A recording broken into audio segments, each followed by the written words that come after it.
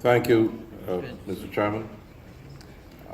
I will kick off by expressing my thanks to the Defense Minister of Russia, the Foreign Minister of Russia, the Deputy Defense Minister of Russia, the Secretary General of the SCO, and the Defense Ministers of Iran, Malaysia, and so many others, including our moderator, who condoled with Sri Lanka, with the victims, their families, and denounced in the strongest possible terms the terrorist blitz of Easter Sunday.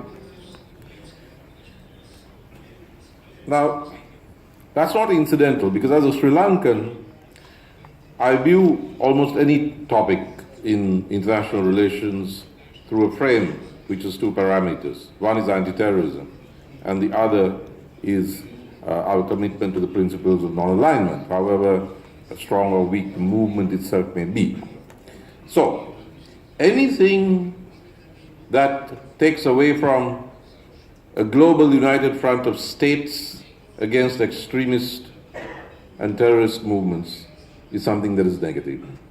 Any external intervention that shatters a state, releasing embedded extremist forces or allowing them to grow into terrorist movements or attracting external terrorism, is something that is profoundly negative. And from the point of view of non-alignment, anything that upsets global equilibrium drastically is something that is negative to our interest in sovereignty and the collective sovereignty of the global South. That's my prelude. I'll follow Dan Smith in framing this in big picture terms. Color revolutions and hybrid warfare. What is most important is the conjunction of the two. And because we know that from Father Gapon to the Gilets jaunes, there will always be popular movements, maybe of a diverse, chaotic character, against grievances or against regimes. That's one story. But when movements are either created or distorted and instrumentalized by an external big power, then it's something else altogether. And that's what we're talking about today. I wish to make just two substantive points. One, the phenomenon of color revolutions and hybrid warfare has to be seen as a subset of a much larger set, and I think the point has been made by our Serbian fellow panelist. But what is that larger set? That's the first question. Because if you understand what the larger frame is, what the larger matrix is, then we will understand what's radically new and dangerous about the color revolutions and hybrid warfare that we see now. And the second and final point is that there is a dangerous asymmetry in the waging of hybrid warfare and color revolutions in the world today. Because one side is on the offensive and the other is fighting with one hand that it has tied behind its own back by itself. Now, as to the first point, I'll keep that short by saying that listening to the plenary discussions today, especially the brilliant lectures in the morning, I thought to myself, what would a future historian say 25, 30, or 50 years from now, looking back at 2019? Would he or she not ask the question, what were these guys thinking? Didn't they see that whatever the problems or the protestations, that there was something happening at the level of objective material facts, at the level of the deployment and disposition of military forces? And what is that? That is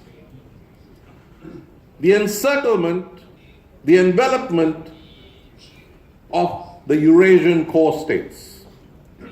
On the western edge, where an alliance has moved up to the borders of Russia, going beyond the aims of the Cold War to actually scrapping all notions of Yalta and Potsdam, which is really what happened in 1999 in Serbia. It wasn't to do with the Cold War. It was the rolling back of Yalta and the agreements. So that's the western edge. And then you have the southern and eastern flank of Eurasia, the maritime theater, where there is an unprecedentedly rapid build-up of possibly the most massive armada that we have known. It's different because it's like a piano accordion. It shrinks and expands. It can be assembled at any time. But put together, you have a chain of facilities and you have an interlocking command and control structure of new alliance partners. So you have an old alliance on the western edge of Eurasia, and you have a new emergent alliance on the southern and eastern flanks of Eurasia.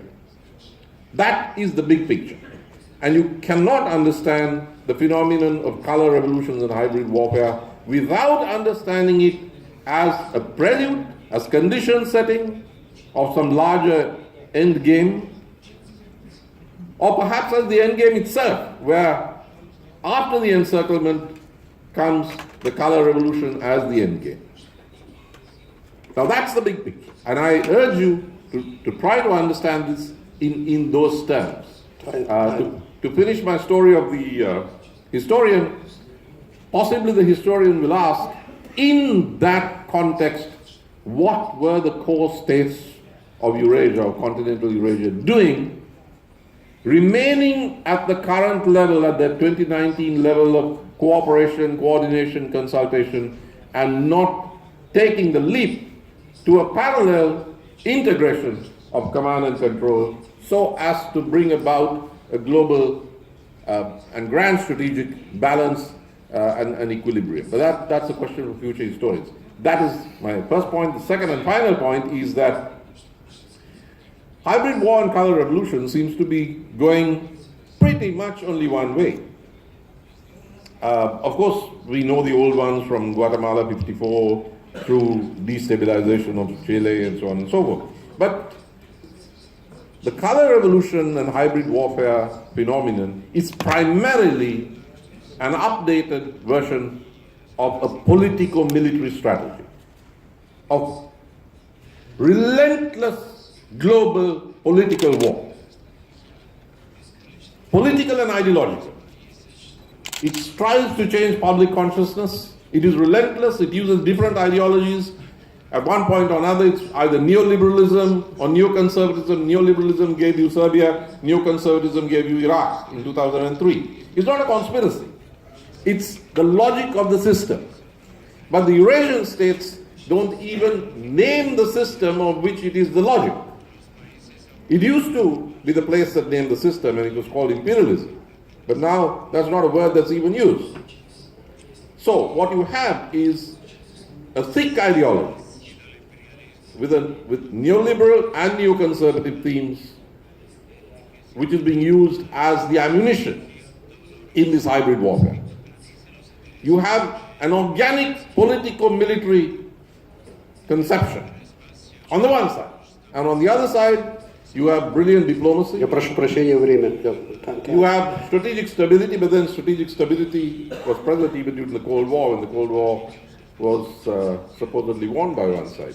What you do not have is an equivalent, balancing